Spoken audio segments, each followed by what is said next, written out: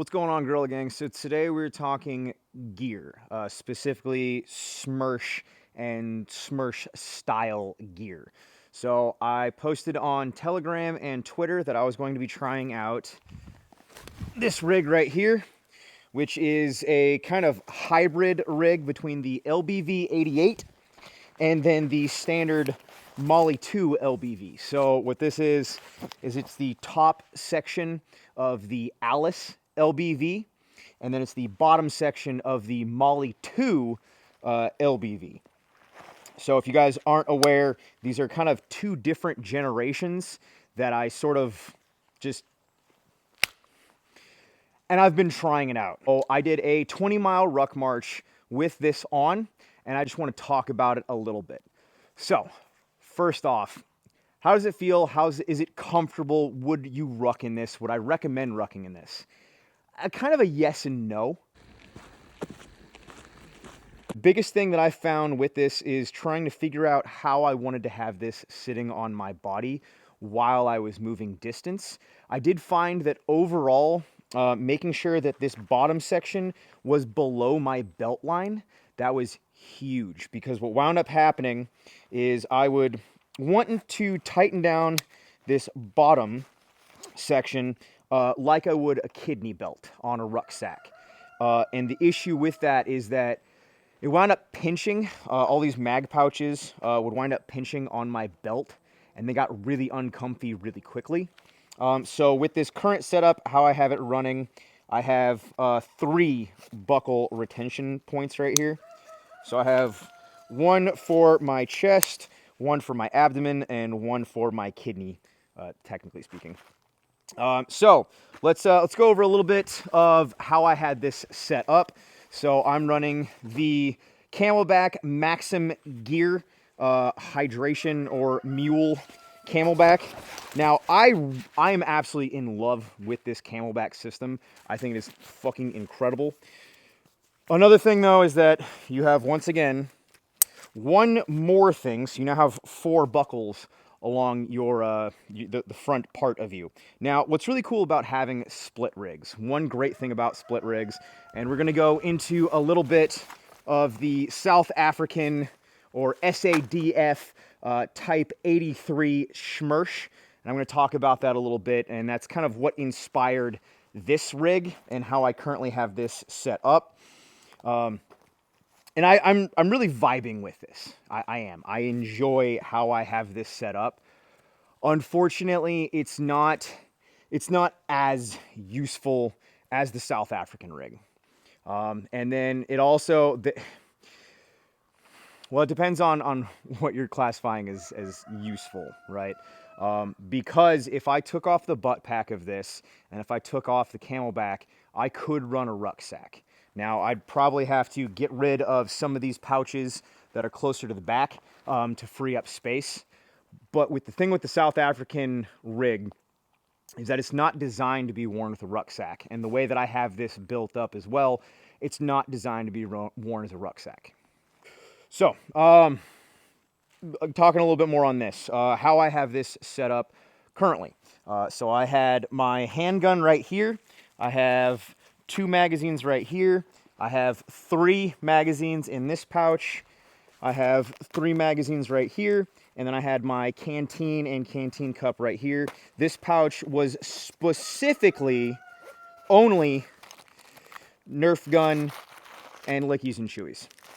Now, I didn't post a whole lot about it, but pretty much the entire last 20-mile ruck march that we did, I issued out Nerf guns, and pretty much the whole ruck, we were just going around and shooting each other, which was hilarious and more fun than it needs to be. Anyway, so with this rig, how I have it set up, I have 2 mags right here, 2 mags right here, and then a single mag right here, and then you have 2 grenade pouches. I am keeping a compass in one of these, and then I want to say that I had a beanie in this one. And then what's really cool about this small backpack is that I can get a lot of my, like accessories and whatnot that I couldn't run in all these pouches in this small backpack. And then I have a 3-liter Camelback in this as well. So total, I have the 3 liters and then the 1 quart. So I had my 32-ounce Life Straw water bottle in my dump pouch as well. Thing with being out in the mountains is that you want to have clean water and access to clean water. Being in the Pacific Northwest, we can usually get away with having less water on us just because it's everywhere. If you guys have never been in Washington State, if you've never been in the Pacific Northwest, there's quite literally water everywhere, absolutely everywhere. It's actually flirting with raining right now. It was kind of sprinkling when I was setting up to record. As we're not tracking, I've kind of started to build out layers of kit of what I classify as layers of kit. So you're going to have your first layer, and that is going to be a bandolier and a rifle, maybe a grab bag, right? Like if it's going to be whatever you have in your vehicle and you could throw over your shoulder in a second's notice. That is your Minuteman gear. That's going to be your first layer of kit. That's a quick reaction. I need to do something right the fuck now. You're going to have your second layer of kit, and that is going to be a Schmersh or Schmersh style setup, where you're going to have a small backpack. You are only trying to operate for 1 single day. If you need to go overnight, you might have an LPOP kit on you, sure, but you're running a small backpack, a day backpack, and you're not expecting to be out there more than 24 hours. That's going to be your second layer of kit. Your third is going to be your rucksack. You're preparing to be out there for a minimum of 72 hours, maybe pushing it out even farther than that. And then separate from that, and I don't know how I've classified this quite yet, but now you're going to have your plate carrier, more CQB style stuff. So that's going to be your separate layers of kit that I have started to kind of designate out of how I want to do it. So overall, this was comfortable to ruck with. This was not a bad setup at all. The only thing that was kind of, it's taking me away from this setup is that I have absolutely zero back support. And that is, you know, as a veteran, my back is pretty schmammered. My lower back is angy if I don't have quality back support. Or if I'm carrying too much weight without that back support. So on this, I was running 14 mags, 15 if you include one in the gun, which some people would, you know, see as too much ammunition. Talk to and train with enough guys that have seen some heavy bush, and 14 mags, in my opinion, and in their opinion, is the minimum. 14 mags is kind of enough to break contact and maybe have more afterwards. So 14 is where I try to stay. If I can do more than 14, awesome.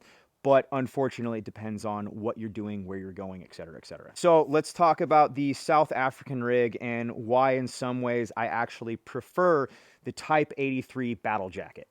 So I actually have 2 jackets right here. So this one is a factory jacket. Now these are, all of these that I have are actually issued. Correction, both of these that I have are issued. They have, you know, all the names and whatnot, and people have wrote on these. As is, does leave a lot to be desired as well. Alrighty, and we're back. I realized that for you guys, that was no time at all, but there's been about an hour in between takes. I had 2 failed audios, and then my chickens needed put away because they're stupid. Anyway, let's get back into it. So we're talking about the South African Type 83 battle jacket. So if this looks familiar for you guys, this is the rig that was primarily shown off and showcased in Mad Max Fury Road. Fairly popular movie, one of my all-time favorites. In that movie, however, he was running AK magazines and he had the rounds facing up. Magazines in a rig, you always want your rounds facing down. Rounds facing up is a easier way to get debris, dirt, and even lose rounds because in the movie he didn't even have the top flaps. I'm sure that was for Hollywood, but you know, nonetheless. So. To date, as of recording, this is one of my favorite split rigs that I have ever worn. Now, the definition, or like the definition of a split rig versus a Schmersh is highly up for debate. I would classify this as kind of both, but you know, now we're getting into semantics. So as of this rig right now, this one has been modified. I sent this rig into Radical Kit LLC, had some quality of life upgrades, and I also had him go through and redo all the stitching. A lot of these rigs, because you know, 83, these were made in 1983. They're fairly old. Now there are reproductions of this rig on the market. I've seen them, I've touched them, I've used them. They're pretty much, to my knowledge, all made in China, and I'm not really impressed. They're single stitching. The material feels, I don't know, cheap. I was not impressed by the reproductions. I went with the real thing, and I've been running the real thing, but I did have it sent in and, you know, kind of made it a little bit more modern per se. So I added some Velcro in certain places. I had some elastic added for tourniquet pouches. And then I had some elastic up here added as well. And then I had like I said, some quality of life upgrades here and there. Now, this is probably one of my favorite rigs that I think I've ever worn. This is one of those rigs that, like, it can kind of do anything and everything that you need it to. The drawback, the downside of this rig is pretty much everything's where it already is. You can't change anything on this unless you have it sent in and sewn up by someone else, or if you're crafty and you can do it yourself. I sell sewing kits. Anyway, so I really enjoy this rig as opposed to the LBV-88 Hybrid. The biggest thing about this rig is these GP pouches on the side can hold so dang much, and then they have a magazine pouch on the side of that. The only thing that I would actually like to upgrade from here is, instead of having these tension Nexus, I would like to have Nexus buckles instead, or even a zipper right here. I fucking loathe this system, because when these are full, trying to get into this on the sides is kind of a pain in the ass. So that is something that I will be changing about this.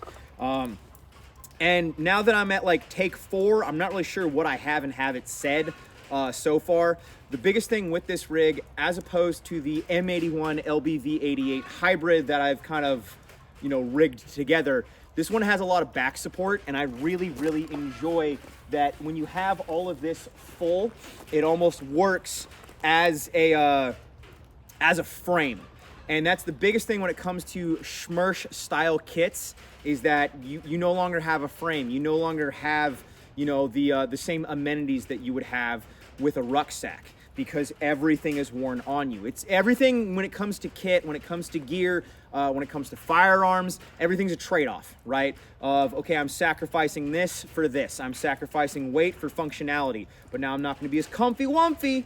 You know, I'm sacrificing the fact that my gear is all around me and encompassing me, which gives me a better center of gravity. It makes me more mobile, I feel more agile, and then I have everything kind of where it needs to be, as opposed to everything in my backpack and I have to drop my backpack and go through it. Now I can reach almost everything that I need as I'm going. I really like that. So when it comes to the South African, I guess, mantra, they had a chest rig, a rucksack, and a battle jacket that were all worn as like layers of kit. So what you would do is you would break this down, take out almost everything of this, put it in the South African chest rig, and then you'd take this, you'd wrap it up as small and tight as you can get it, and you're gonna stow that in your rucksack, and that's going to be from point A to point B. Now, once you get to point B, you know, and you set up a patrol base, you have a team of guys there, and you're now operating out of that patrol base, alpha, cop, whatever you want to call it. Now you can go into your Schmersh. Now you're operating out of this. This is now your patrol rig, your 24-hour rig, whatever you want to call it. Now, once again, I am some goober that goes out in the mountains and like hikes around and rucks around and trains with gear, flirting around with things, trying different things out. Nothing that I say is set in stone.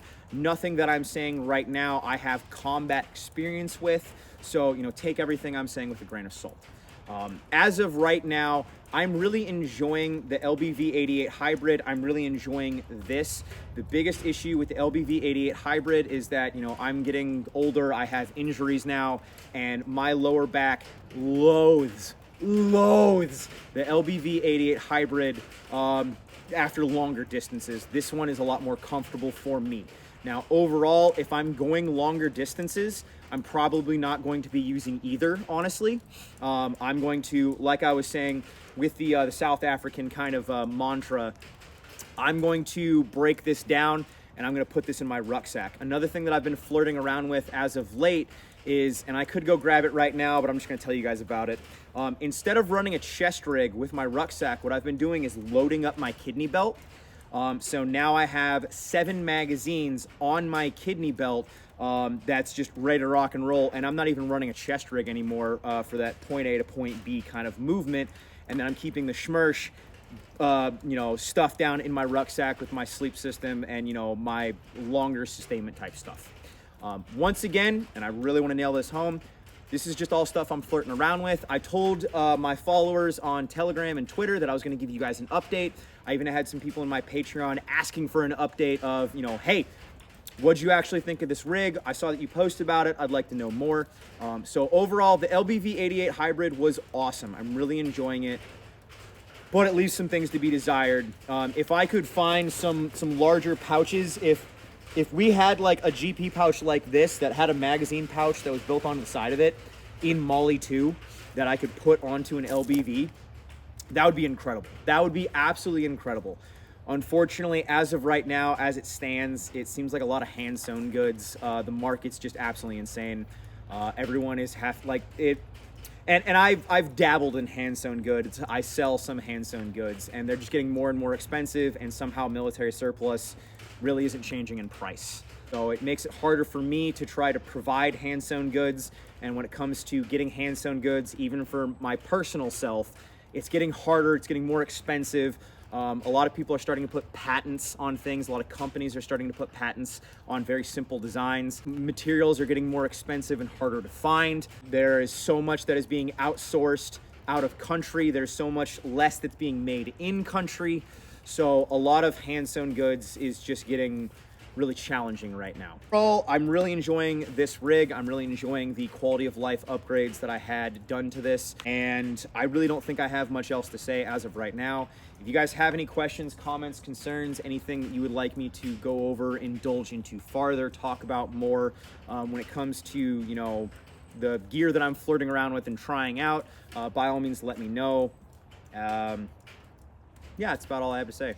Thank you for tuning in, and yeah, I'm gonna go play some Halo.